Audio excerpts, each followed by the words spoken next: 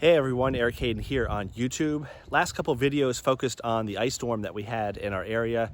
It's been a couple weeks now. Not a lot has changed in the garden, so I have not done any videos because there hasn't been much to show you.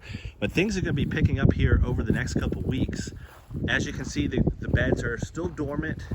You'll notice on some of the leaves, they definitely have the look that they got burned by some of that cold weather, and that's okay. Again, this growth is going to be pruned out here shortly. But I know we got some comments from folks up north commenting that we still had leaves on some of the roses. That's just kind of fool's gold in terms of rose leaves, because they are going to be cut away because a lot of them got zapped by the cold weather. So the thing you'll notice in the garden is a lack of weeds, and that's certainly good news. We put that pre-emergent down about a month or so ago, and it's not really an active time for weeds to be growing. We certainly have been cold and really variable. Today I'm in my shorts and t-shirt and we're in the 60s. Tomorrow we're gonna be in the 40s for highs and our next chance for snow. In fact, this is the third time this winter that we've had a chance of snow or ice. Here where we live in the eastern part of North Carolina, we usually see at least flurries each year, but it's pretty rare to have multiple chances at snow. Doesn't look like it's going to stick, but just gives you an idea for the variability. In terms of the winter down here, it was mild to start, but it's been a roller coaster ride ever since. So just showing you that the beds look clean, and they should be, because like I said, we put down that pre-emergent and the weather really hasn't been conducive to growing weeds or much of anything. So what are we going to be doing now? We're going to start our pruning here in the next week or so. Usually we prune roses in about the third week of February. When I lived in upstate New York, we didn't even think about it in February. We still had snow on the ground.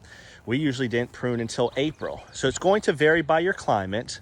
And I usually like to take kind of a slow and steady approach. You're not going to prevent Mother Nature. Any pruning you do is not really going to stimulate any new growth until it gets warm enough. And by not pruning, you're not going to hold the rose back. So if you think, hey, if I prune really late in the year, maybe I won't lose any of the leaves or the rose to cold weather.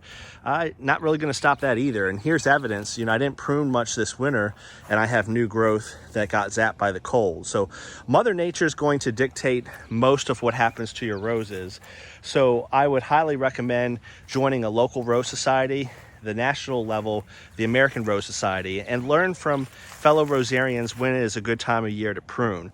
It's not foolproof. If I prune in late February or March like I always do, I can pretty much guarantee we're still going to have a frost and perhaps even a few freezes. But I showed you this in some prior videos. Roses are hardy. This is Hot Princess. I mean, you can see it's doing really well. I want to show you one thing I noticed before I recorded this video. Roses are really hardy and they're meant to suffer some dieback sometimes. So you certainly have some dieback on some of the canes. You can see this one here is completely dead, so I'll remove that out. But overall, the canes are all green and healthy. So you have multiple canes, so if one fails, you have other ones. That's one thing you have working for you.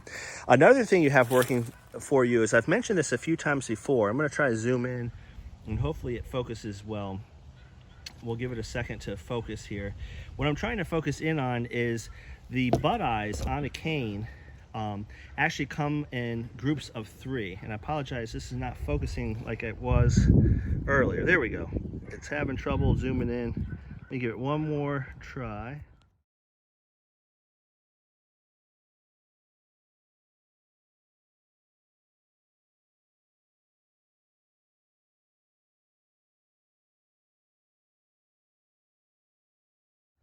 From those still pictures, you could see the zoomed in image of the bud eyes that I was talking about. On these green canes in the spring, you'll start to notice these red things poking out. Eventually they swell, or initially they swell and then they push out. These are bud eyes, and these are going to be eventually your future canes of the rose bush. And you can see from this Hot Princess, there's a lot of red pushing out, so a lot of new growth getting ready to start in the coming months. That is the future of your rose bush. And from that picture, you can see there's 3 of them. There's a terminal one in the middle that's designed to push out first. If it has any issues, the two side buds, excuse me, will become the dominant one. So let's say that first terminal one pushes out after your pruning, everything's looking good, and bam, you get a hard freeze. It dies back. As long as the cane is still living, one of these other side buds will take over. So roses have a lot of backups to deal with that cold weather.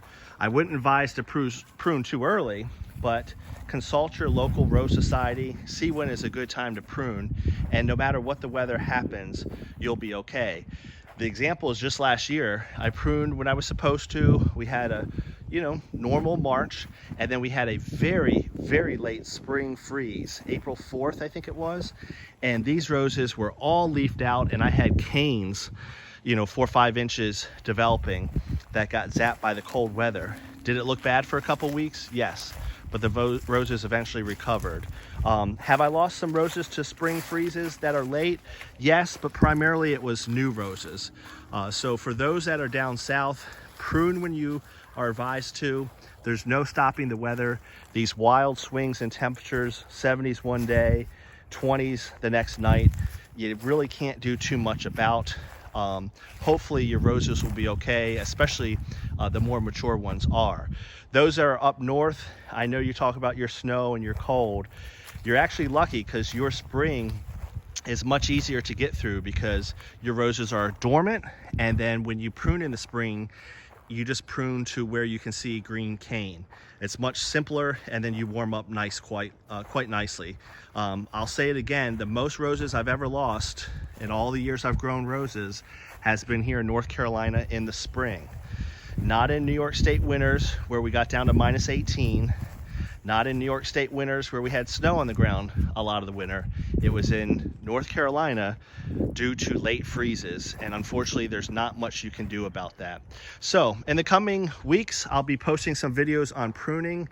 Quite simply, we're going to remove anything dead, anything spindly, and we want this bush to be lower and have less canes. It's a good haircut, and it's going to promote health for the future. By removing anything dead, anything diseased or crossing or injured, you're only going to have 5 to maybe 10 canes left that are your biggest and best canes. And that will promote beautiful, strong, sturdy canes for the spring, and it will promote really nice blooms as you head into the spring season. The other thing I'm going to do that I did not do last year, and I paid the price, most of this disease that you see here, this lovely black spot, is going to be pruned away as I prune. But to ensure that these spores are not sticking around after I prune, and you can already see this is a beautiful Louise Estes. I have some huge canes in here. I have some spindly ones. I'll get rid of all the spindly ones, have maybe 5 to 10 real big sturdy canes. Most of these leaves will go with it out to the compost or the garbage where they compost our local landfill. But anyway, if I have any lingering spores, or even if I don't, I'm just not going to take any chances this year. I am going to start my spray program right at pruning time.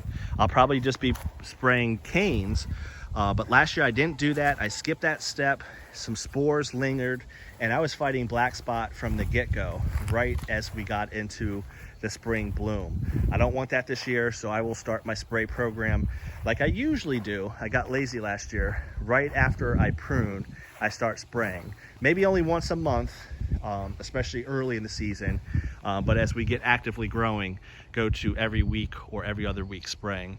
So that's it.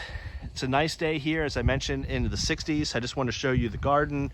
A lot of stuff was damaged with the cold weather. We're going to prune that out.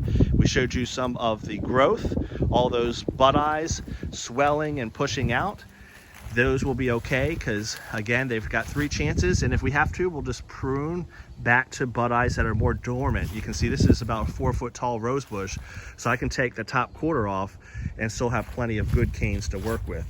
We showed you that the rose beds are free of weeds, so we're off to a good start in the spring, and our winter protection is still there in case we have one late freeze upon us.